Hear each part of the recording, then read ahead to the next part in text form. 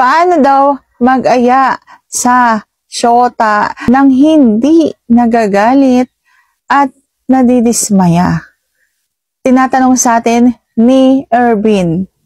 So yun ang pag-uusapan for today's video. Interesado ka bang malaman kung ano ang sagot? Please keep on watching para bago yan. Kung bago ka pa lang sa akin channel, please consider to like this video and subscribe my channel.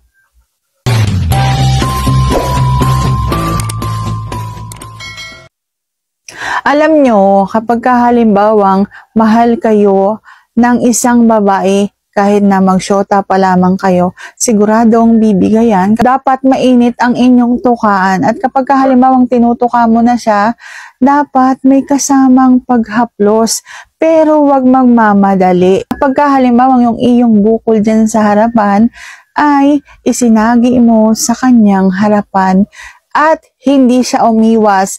Yun na yung kanyang hudyat para ikaw ay magtuloy-tuloy. Ang isang babae naman kasi kapag ayaw niyan, iiwas at iiwas yan. Kapag hindi pa siya handa. Pero hindi natin sinasabi dito na kapag ka umiiwas ay hindi ka mahal ha. Kasi baka mamaya nag-iisip siyang hindi pa handa o kaya naman nakikita niya sa'yo na hindi ka pa handa kung ano man ang mangyari. Kaya dapat hindi natin iniisip na hindi tayo mahal kaya hindi tayo pinagbibigyan.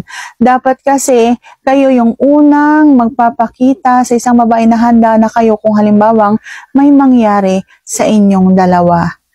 At kapag ka nandoon na at hindi siya umiiwas sa'yo, gawin mo na, ituloy-tuloy mo na kasi siguradong yun na yun. Magpapagalaw na siya.